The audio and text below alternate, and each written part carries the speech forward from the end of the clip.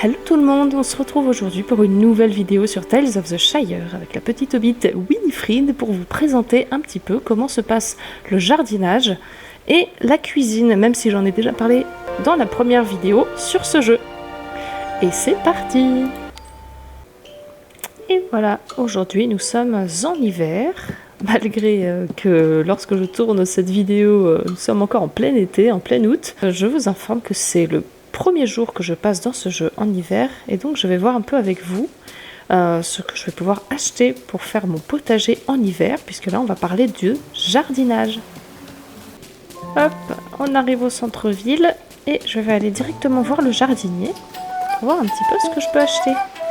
Hop, donc le jardinier c'est le père Chevine.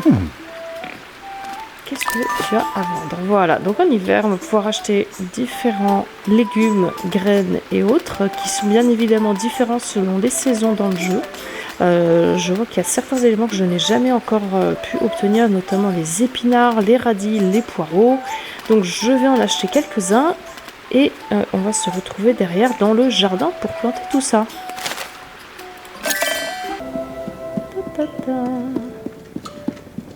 Hop, je sais pas pourquoi je suis passée à l'intérieur alors que mon but est d'aller à l'extérieur. Voilà. Donc j'ai déjà quelques éléments que j'ai plantés et j'avais racheté quelques jardinières. Je n'en ai pour le moment pas beaucoup, mais je compte en racheter prochainement. Je ne sais pas ce qu'était ce bruit. En tout cas, je vais m'occuper de mon jardin et ne pas m'occuper de ce qui est autour parce que ça fait peur. Hop. Alors, donc j'ai acheté pas mal d'éléments. On va pouvoir voir un petit peu ce qu'on va pouvoir associer. C'est-à-dire qu'en fait, je vais mettre au pif, par exemple, des épinards ici. Je vais essayer de le mettre plutôt dans le coin en espérant que je vais pouvoir associer d'éléments avec les épinards. Et vous allez voir que potentiellement... Ok, l'oignon n'a aucune particularité spécifique. Si je l'associe à l'épinard, en fait, vous allez voir une sorte de petit émoticône, soit jaune, si l'élément peut bien s'associer et pousser plus facilement avec, soit violet si l'élément n'est pas compatible, et dans ce cas-là, vos plants, légumes, graines et autres pousseront beaucoup moins rapidement. Il faut donc essayer d'associer au maximum les éléments que vous avez pour pouvoir les faire pousser, voilà, pour pouvoir les faire pousser de façon optimale. Donc là, je vais mettre le chou et je vais voir si j'ai pas d'autres éléments. Et exactement, par exemple la carotte. Hop. Est-ce que j'aurais potentiellement un dernier élément? La carotte va bien avec le chou, le panais. La carotte, elle est trop grosse. Les radis. Je peux mettre les radis. Voilà, donc j'ai planté 4 éléments sur cette petite jardinière. Le but, en fait, que j'essaie de faire à chaque fois, c'est d'optimiser la place aussi. Donc j'essaie vraiment de placer les éléments dans les coins. De toute façon, derrière, il faudra arroser le tout. Pensez à le faire tous les jours aussi, quand il ne pleut pas. Graines d'oignon. Je vais en mettre un ici. On va voir la patate. Elle n'a aucune particularité. Voilà, je vais mettre ici le chou. Est-ce que le chou classique, il n'a aucune particularité avec le chou blanc? Graines de patate. Qu'est-ce que... Voilà, le poireau. Il n'a aucune particularité non plus. Le poireau, je vais le mettre là, à ce moment-là. Hop. La patate. Et l'oignon. Oh, ok, l'oignon, je peux en mettre un deuxième. Oui, je peux en mettre un deuxième là. Le chou, pas de particularité. Je vais le mettre là. Peut-être que je rachèterai certains éléments que je n'ai pas pu acheter cette fois-ci. J'en rachèterai. Et j'essaierai de les associer également. Bon, pour le moment, ça coûte rien. Je peux mettre ça ici, il n'y a pas de souci. Voilà, j'ai planté tout ce que je pouvais. Le but maintenant, après d'avoir planté tous vos éléments, c'est de les arroser. Vous avez dû obtenir votre arrosoir dès le début de la partie, ou du moins quasiment au début. Hop, et bien le but, c'est d'arroser la totalité des graines que l'on a plantées. Hop, il faut appuyer sur E pour que l'ensemble de la zone soit alimenté en eau. Si vous avez remarqué, par exemple là, sur cette jardinière, il y a un petit point bleu à côté de la goutte d'eau. Cela signifie que je n'ai besoin que d'une dose d'eau pour cette jardinière. Cependant, pour les plus grosses comme celle-ci, il y a 2 points. Le deuxième n'étant pas complètement rempli, il faut le remplir complètement pour pouvoir arroser la totalité des plantes présentes sur la jardinière en question. Je n'ai plus d'eau, il va falloir que j'aille en rechercher. Le moyen le plus simple au début du jeu pour aller en chercher étant à la rivière qui se situe juste en bas de chez vous. Vous avez juste à courir une dizaine de secondes appuyez sur E pour remplir l'arrosoir et revenir arroser le reste. Hop, et il me manque celui-ci. J'ai laissé certains éléments que j'avais plantés en automne. D'ailleurs, j'ai trouvé que les fleurs étaient plutôt jolies. Je ne sais pas du tout si ce genre de plante peut faner. Donc je verrai bien au fur et à mesure du jeu. Hop, voilà. J'ai arrosé toutes mes jardinières. Donc maintenant, j'ai fini l'atelier potager pour la journée. Vous verrez après plusieurs jours que la plupart des éléments auront poussé et que certains pourront même potentiellement être déjà récoltés et donc pouvoir être cuisinés par la suite. J'ai aussi oublié de vous préciser de faire attention lorsque vous plantez des graines dans la fin d'une saison. Pour rappel, une saison dans le jeu dure 14 journées. C'est-à-dire que si vous en plantez par exemple à la 13e journée, souvent les légumes ne poussent pas en une seule journée et donc vous allez vous retrouver à cheval sur 2 saisons et certains des graines et des légumes n'arrivent pas à pousser pendant d'autres saisons que celles qui les concernent et cela est indiqué d'ailleurs sur les graines en question. Hop, je vais vous montrer. Voilà, typiquement la ciboulette, il est noté que celle-ci doit pousser uniquement en hiver. J'ai ici par exemple des graines de courge en automne et vous voyez typiquement que je ne peux pas le faire pousser en hiver. C'est-à-dire que si jamais je l'avais planté dans les derniers jours de la saison de l'automne, ma graine de courge aurait peut-être poussé mais beaucoup plus lentement, voire n'aurait pas poussé du tout. Donc faites attention lorsque vous plantez des graines à bien vérifier que la saison est en cours pour le légume en question.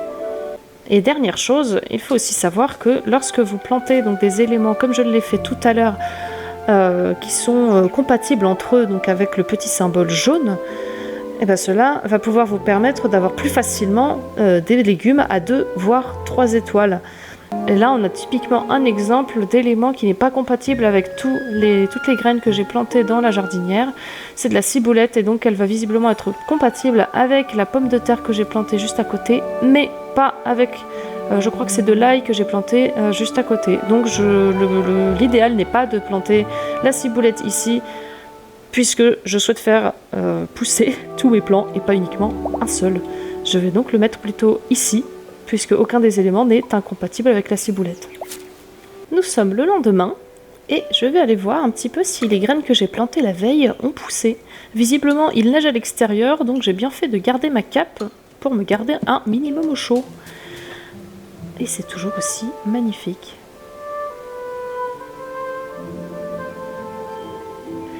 Alors, qu'est-ce qu'on a de beau ?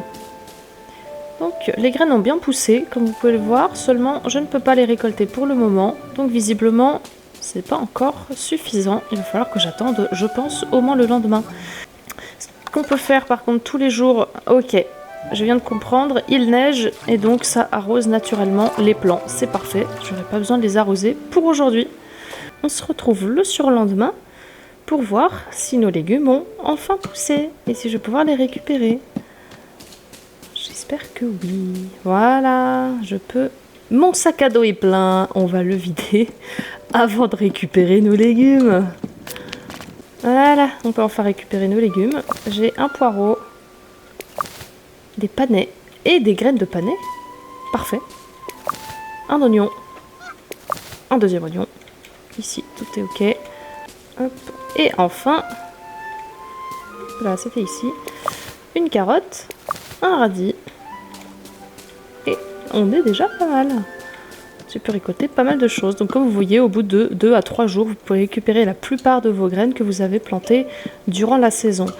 Le but étant à ce niveau-là de planter vos graines jusqu'au 10e jour de chaque saison afin de pouvoir les récolter avant la fin de la saison en cours, à moins que vous ayez des graines et des légumes qui poussent sur 2 saisons d'affilée. Nous allons parler maintenant de la cuisine. La cuisine étant un petit peu la continuité de tous les autres clubs que vous pouvez effectuer dans ce jeu, à savoir la pêche, la récolte et le jardinage. La cuisine vous permet donc de réaliser des plats que vous pouvez préparer chez vous. Et ces plats vont servir à pouvoir réaliser des repas avec d'autres hobbits. Et je vais vous montrer comment ça se passe. Le jeu va automatiquement vous guider un petit peu pour l'organisation des repas. Donc il faut vous diriger vers le secrétaire qui est chez vous. Une fois que vous avez préparé votre repas, vous allez pouvoir aller à votre boîte aux lettres le jour J, pour vérifier quels sont les plats préférés de chacun des invités. Ici, j'ai invité Néfi, le père Chomine et Marguerite. Et donc, j'ai reçu une lettre pour chacun d'entre eux m'indiquant un petit peu leurs préférences. Par exemple, Néfi souhaiterait de l'amertume, le père Chomine de l'aigre et Marguerite également. Donc, j'ai 2 plats à faire avec de l'aigre et un plat avec de la mer. Le repas se réalisant aujourd'hui, je vais donc devoir préparer mes plats tout de suite. Vous allez donc dans votre cuisine et vous allez pouvoir préparer ce que vous voulez selon les envies de chacun.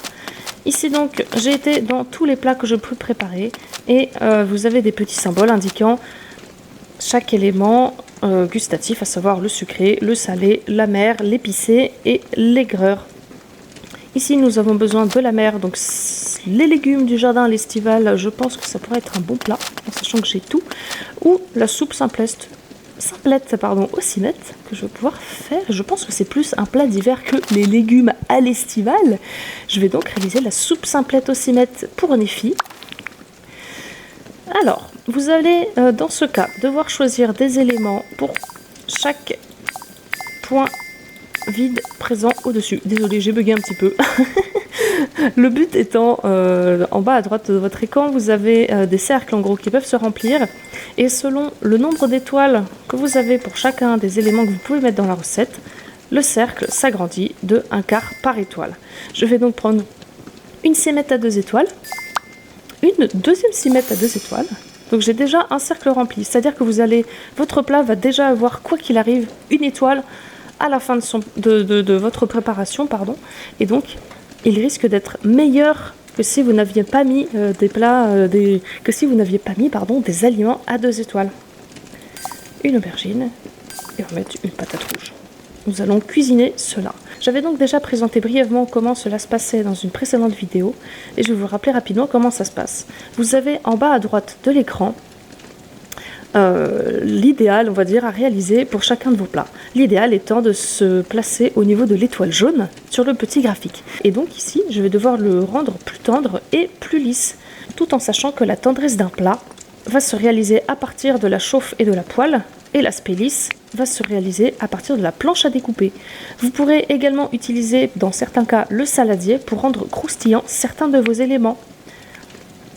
Ici, on va donc découper la cimette pour la rendre un peu plus lisse. Il faut donc que je me dirige vers le bleu pour augmenter un petit peu la direction du plat vers l'étoile. Voilà. Je vais donc ensuite le cuire. Je ne vais rien mettre de particulier puisque je souhaite que mon plat reste amer. Je vais le retourner un petit peu pour le rendre un peu plus tendre. Et le but est de réaliser un équilibre entre tous les éléments présents dans votre recette pour vous diriger au maximum vers l'étoile, en sachant que dans certains cas, vous serez obligé de découper votre élément et donc naturellement de le rendre un peu plus grumeleux ou lisse selon votre préférence. Faites donc attention à bien gérer l'ensemble de vos éléments dès le départ. Hop. On ne va rien mettre non plus, on va le rendre un peu plus tendre, pas trop non plus puisque j'ai encore d'autres éléments à préparer derrière. On va passer à l'aubergine. Je vais le rendre un tout petit peu plus lisse. Je vais le chauffer un tout petit peu avec du neutre. C'est bien le neutre. Je vais retourner un petit peu. Hop. Voilà, je suis déjà dans le jaune. Mon plat est déjà relativement bon, mais on peut toujours faire mieux. Je vais donc continuer d'augmenter un petit peu et de lisser un petit peu mon plat. Parfait. Je vais le réchauffer un tout petit peu.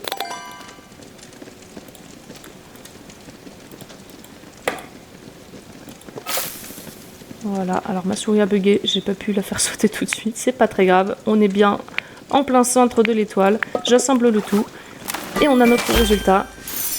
Donc j'ai obtenu un super plat à 3 étoiles qui est aigre alors que je voulais un plat amer. C'est pas grave parce qu'on avait donc Marguerite et le père Chomine qui souhaitaient un plat aigre, donc je pourrais leur donner à eux, y a pas de souci.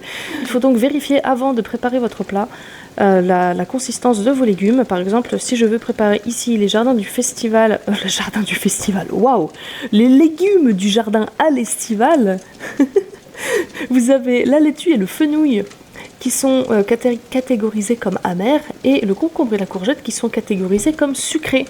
Votre plat va donc pouvoir être autant catégorisé comme amer que comme sucré. Faites donc attention à assaisonner correctement vos plats et notamment dans la poêle à ajouter les éléments qui concordent avec le plat et surtout le résultat et la saveur que vous souhaitez à la fin. Je vais ici réaliser les légumes à l'estival en espérant cette fois-ci réaliser un plat amer. Et nous avons bien des légumes du jardin à l'estival amers. C'est parfait. Il me reste un dernier plat à préparer. Il me faut un plat aigre. Alors, qu'est-ce que je vais pouvoir utiliser? On va donc réaliser les petites crêpes de Bourdetouc avec les éléments. Et je vais rajouter... Tiens, on va prendre de la châtaigne. Cuisiner. J'ai tout de même pu faire des petites crêpes savoureuses, aigres à 3 étoiles, ce qui n'est pas dégueulasse. Maintenant que j'ai fait tout ça, je vais pouvoir organiser mon repas avec les 3 personnes concernées et à l'endroit de mon choix. On va donc s'y précipiter.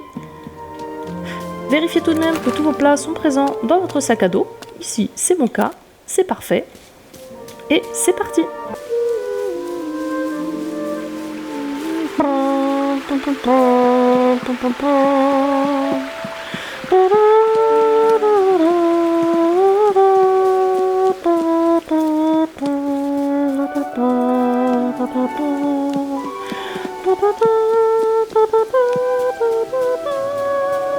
Je me suis trompée de chemin.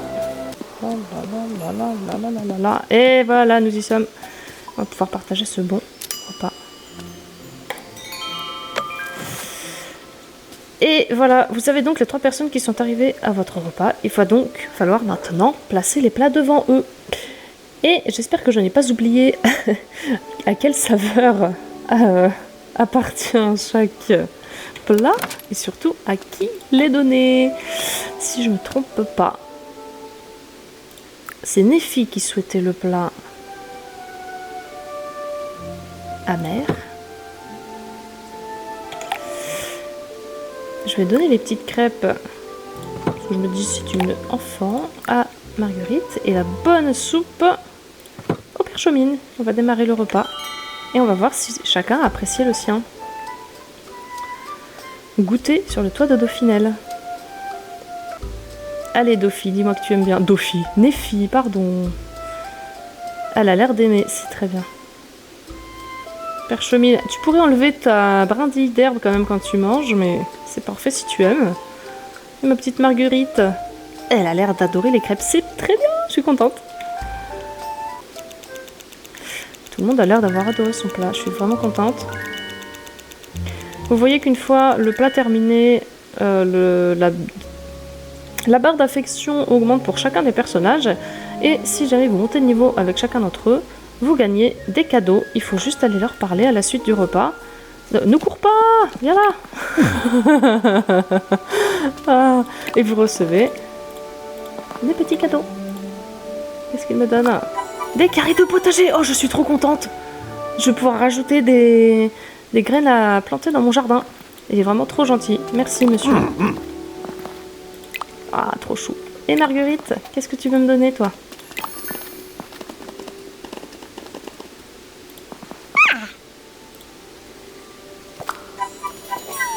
Ah, 2 recettes, c'est vraiment sympa. Merci à toi, ma Marguerite. Elle est partie où, Nefi, par contre? Elle est toujours là. Ok. Nefi, Là. il paraît que tu as quelque chose pour moi. Yes. Et des tranches de porc aux légumes d'automne. Bah merci, Nefi. Franchement, c'est très sympa. Voilà, on a pu réaliser le repas. Tout le monde a été content. Et la barre d'affection a augmenté avec chacun de vos personnages.